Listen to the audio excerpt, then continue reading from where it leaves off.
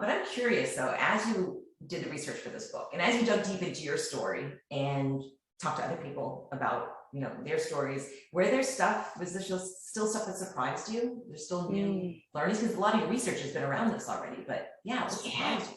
So, oh man, so much. The book, I realized, even tells the story of some of those surprises.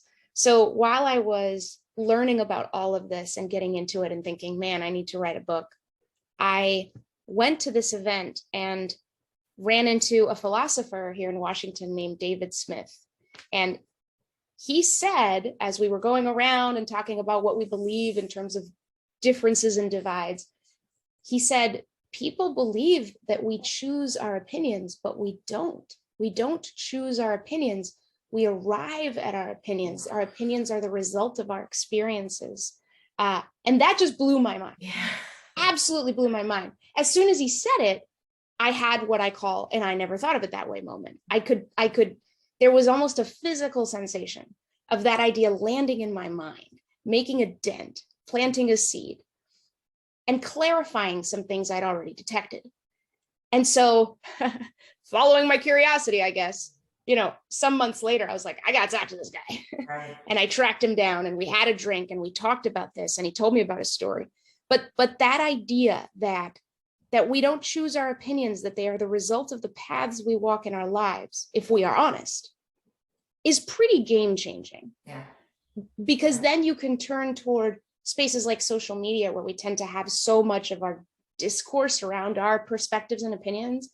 And you see how we tend to conflate our opinion with our identities. Mm-hmm. Everyone on Twitter is just a walking opinion. They're not even walking, they're just tweeting. But that conflation really prevents us from understanding each other, because it's a tip of the iceberg thing. The opinion is just what you can see.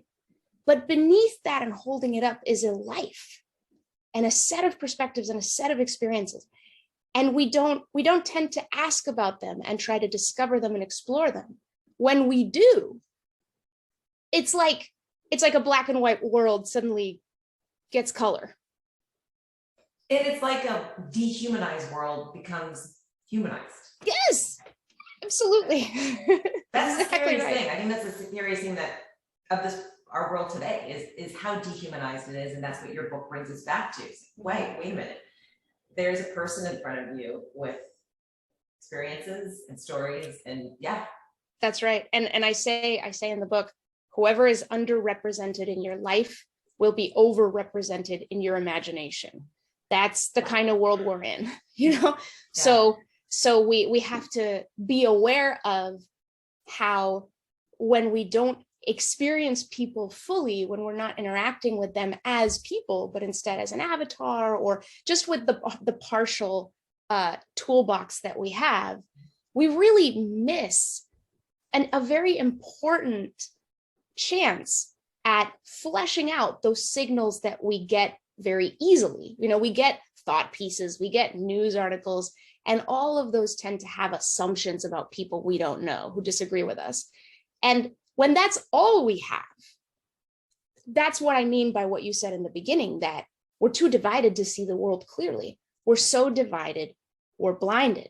And the social science research shows us that when we look across these divides and are asked to guess at the views on that side, we're way off. So how can we pretend to be informed when we're not informed about people? Mm-hmm. People are the agents of this world. That's where things flow, is people. So we stop seeing people, we stop seeing the world. And just the things that we're able to do